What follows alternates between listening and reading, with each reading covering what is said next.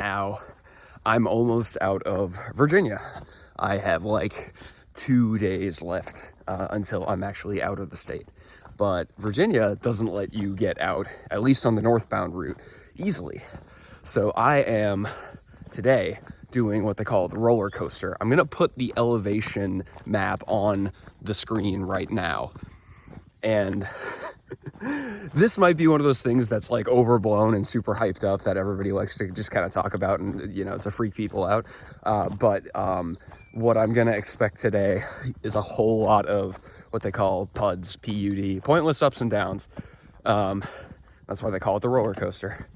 So we'll see how this goes. But I'm up nice and early before the day is gonna get very hot. So it's only 14 miles. So I think I'm gonna knock it all out like in the first, hopefully by lunch or maybe a little bit after, and then I'll have it out of the way.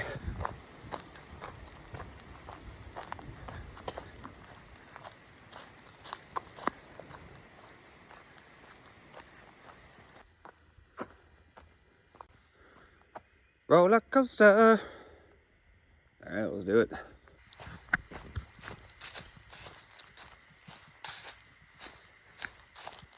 All right, so I'm not really that far into the roller coaster yet, but I can see why this demoralizes people.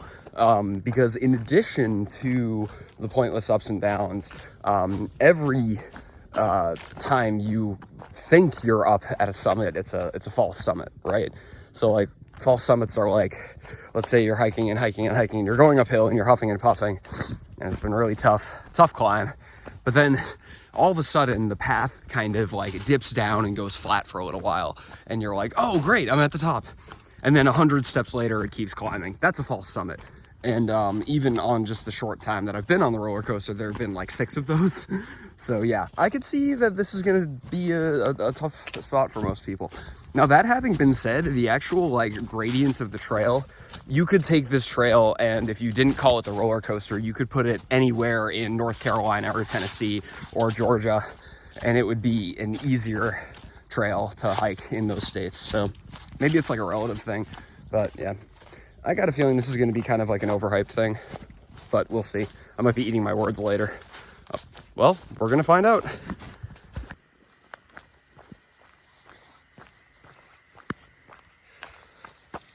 Praise the sun. 1,000 miles. Not bad.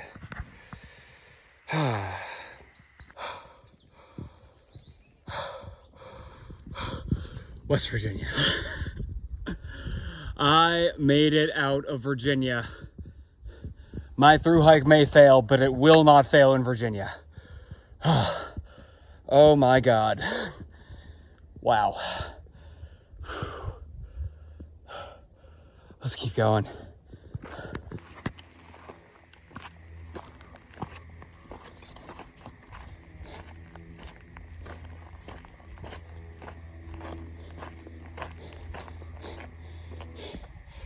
West Virginia. Oh. There was no sign for it like there was on the southern terminus, but my map has confirmed that I made it out of the roller coaster. Oh my God. Yeah, it was just a little tough at parts. I think I set myself up for success by camping right before it and then doing most of it early in the morning when it was pretty cold. So yeah, it wasn't terrible. So now it's just onward to Harper's Ferry. So after 19 miles today, following the roller coaster in total, not like 19 miles after the roller coaster, I made it down here to the Blackburn Trail center. Basically, it went something like this. I kept hiking after the roller coaster. I was like, feeling good, doing good. A little low on water, no big deal. Getting a little tired, okay. let's get off trail here. Follow the Blue Blaze down to the Blackburn Trail Center. And then I found this swinging porch bench and these Adirondack chairs. And any chance of me continuing up the trail today evaporated as soon as I sat in one of those Adirondack chairs. So I'm hanging out here.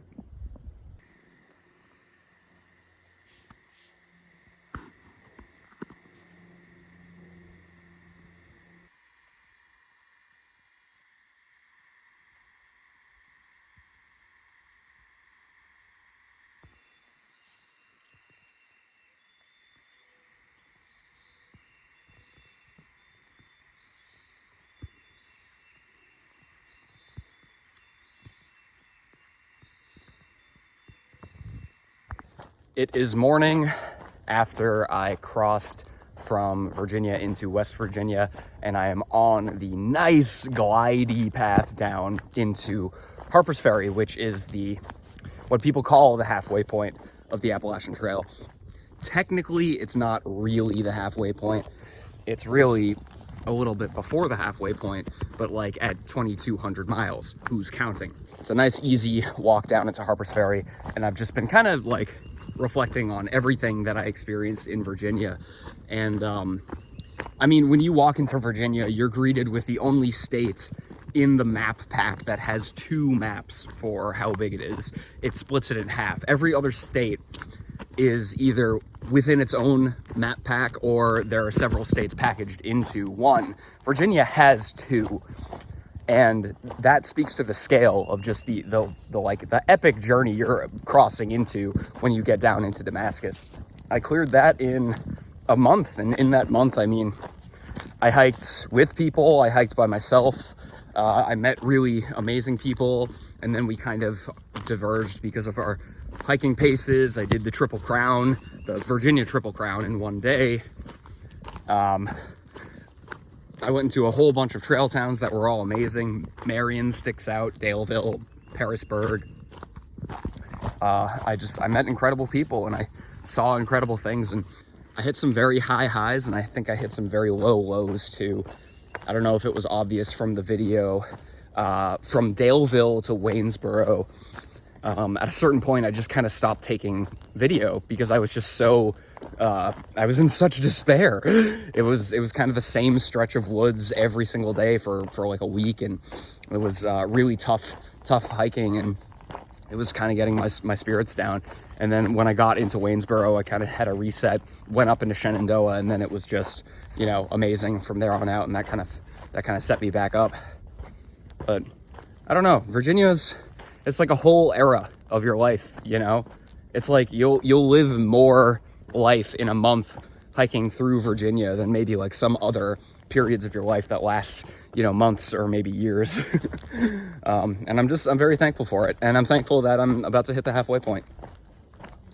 I haven't really thought about what's happening after Harper's Ferry. I haven't even loaded up the next section of the map to figure out where I'm going to go tonight, where I'm going to sleep. I think I'm just going to get into Harper's Ferry and maybe try to find a cafe and sit and just, feel grateful that I've made it this far. A lot of people don't. A lot of people, by no fault of their own, don't make it this far on the AT. There were a couple times where I had texted my wife and I said, should I just end my hike in Harper's Ferry? It's too difficult. It's too much for me. I don't know if I can handle it. And here I am, hiking into Harper's Ferry with no intention of quitting.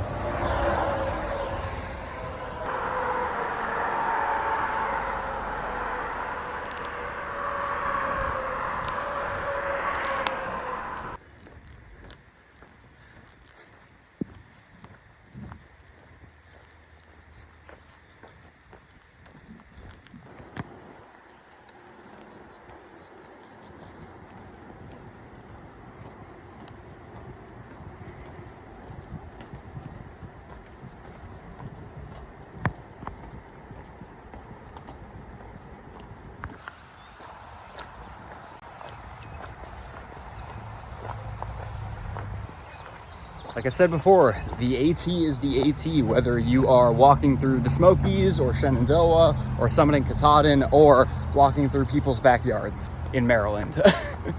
Maryland's been very flat so far. Terrain hasn't been hard at all. A lot of the time people clear Maryland as part of what they call the 4-state challenge, which is when you start in Virginia, cross into West Virginia, move through Harper's Ferry, cross into Maryland, complete all of Maryland in one day, and then you land in Pennsylvania. I decided not to do that. That seems like kind of risky to me.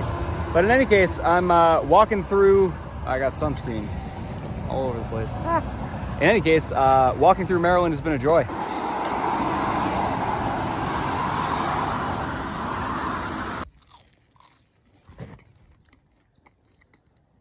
Yeah, I got Domino's delivered. to a parking lot by the trailhead somewhere in backwoods, rural Maryland. What are you going to do about it? I'm living my life. Oh, good.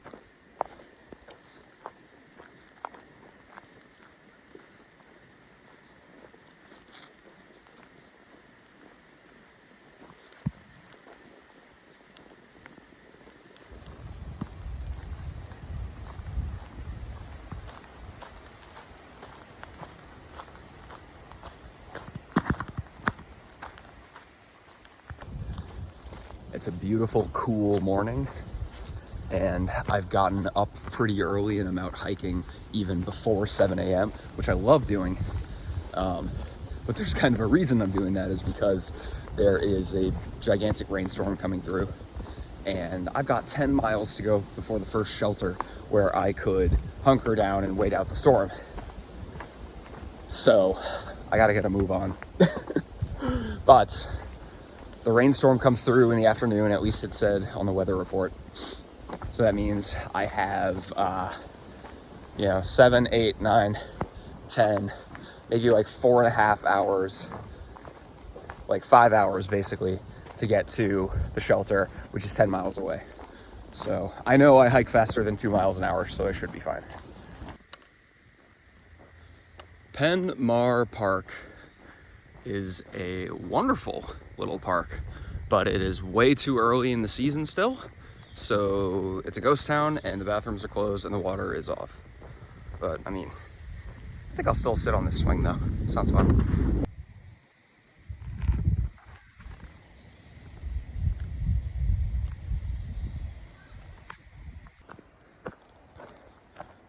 Pennsylvania. Ooh, nice.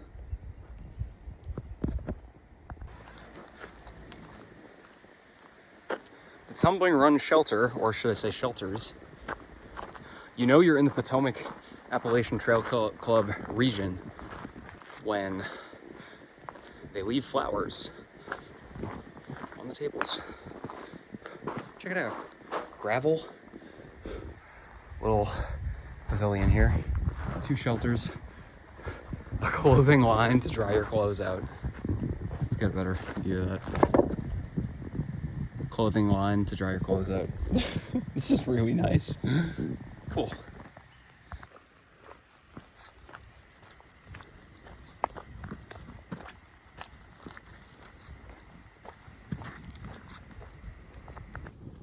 Good food bag crisis morning to everyone watching. I got a little bit of a late start this morning, and there's a reason for that. So yesterday, I was trying to outrun a thunderstorm, and I made it. I got to the shelter ahead of time, I got set up in there, and then the sky opened up, and I was completely dry, and it was great, and I met a bunch of really cool people there. And so we're all having a great time, kind of waiting out the storm. And then I decide, after it was about maybe 13 or 14 miles, I just said, you know what, it'll just be a low mileage day for me. I think I'll stay here. So we go to sleep. Everything is totally fine. I hang my food bag up on the bear pole of the shelter, like you're supposed to. And when I went to sleep, everything was totally fine. And I wake up the next morning to this, which I'll put up on the screen right now. And the only thing that I can reason is that, because that's definitely not like a bear is doing, because the food bags themselves were completely unscathed, but the tops of them were all unrolled. And I think the only thing that could have the little hands that are dexterous enough to unroll and open a food bag and steal food inside would be a raccoon. And so I think we got raided by a bandit raccoon last night. I'm down a set of tortillas, 2 Carnation's breakfast essentials, and a Nora's rice side that was split open and all over the ground.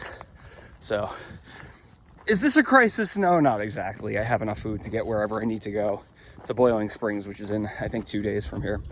But it is a little bit of a setback, and it did kind of throw a wrench into the plan this morning. It's just kind of funny though. I don't know, like the thought of a raccoon stealing all my food, I kind of just have to laugh.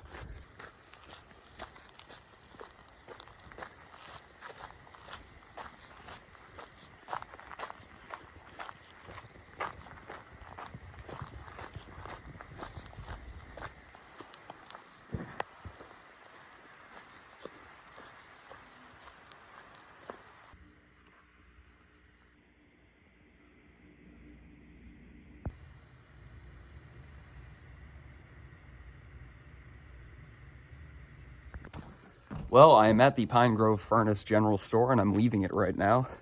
And I am once again stymied by being an early far north Nobo because it's closed. This is normally where you would do what they call the half-gallon challenge. And the half-gallon challenge is after you've made it past the halfway point of the Appalachian Trail, you eat a half-gallon of ice cream in one sitting. And yeah, because that sounds fun, right? But it's closed. It's opening in, I think, 4 days. So I just missed it.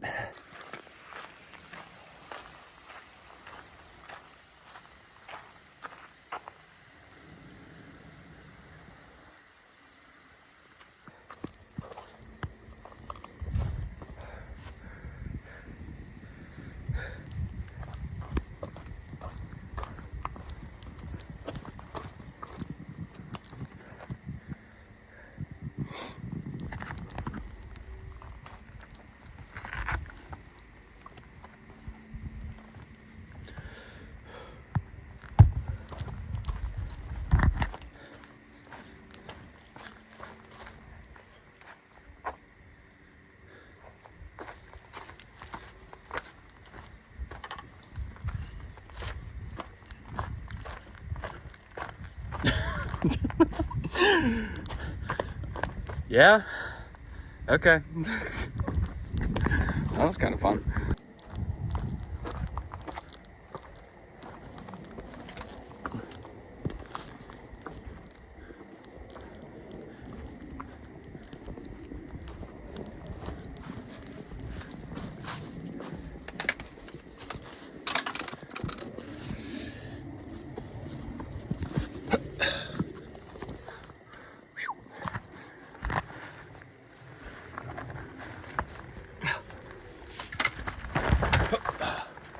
Oh, that could have been bad. All set, though. All set. I'm risking everything to get you guys this footage. Are you seeing this?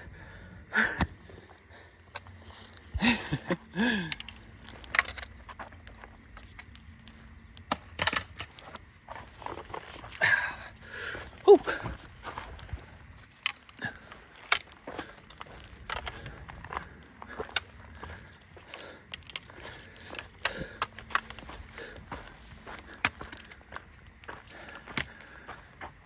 Okay, camera's going off.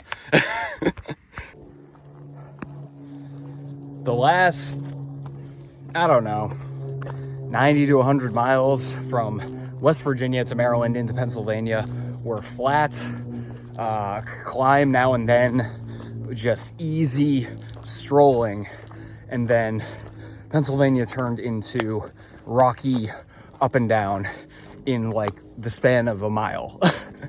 And so my pace has been cut severely since entering this little area right before Boiling Springs. Now, after Boiling Springs, it's flat for like 15 miles.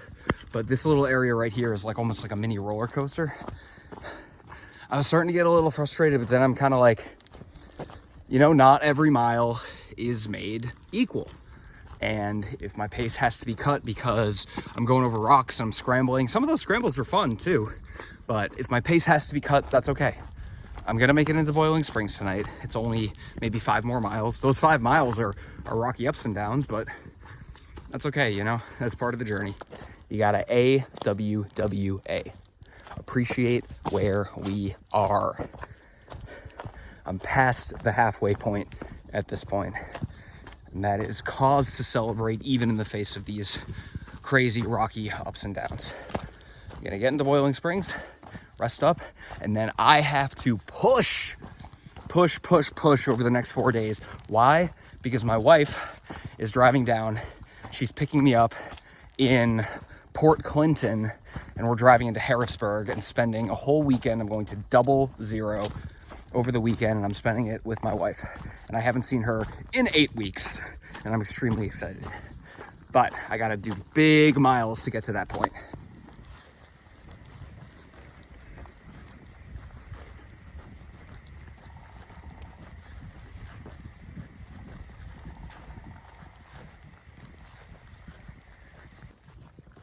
I don't know why I expected this, But just because of the name Boiling Springs, well, I guess I do know why. It's because of the name Boiling Springs.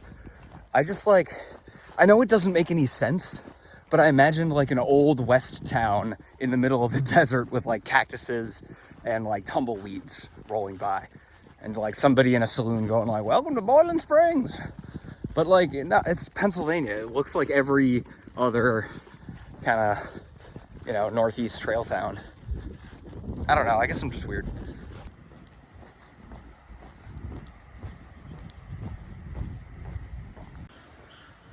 Let's all be cool, boys. Don't want any trouble, okay? Don't want any trouble. Moments on the AT. Eating candy and drinking Gator Light at a gas station in Boiling Springs, Pennsylvania.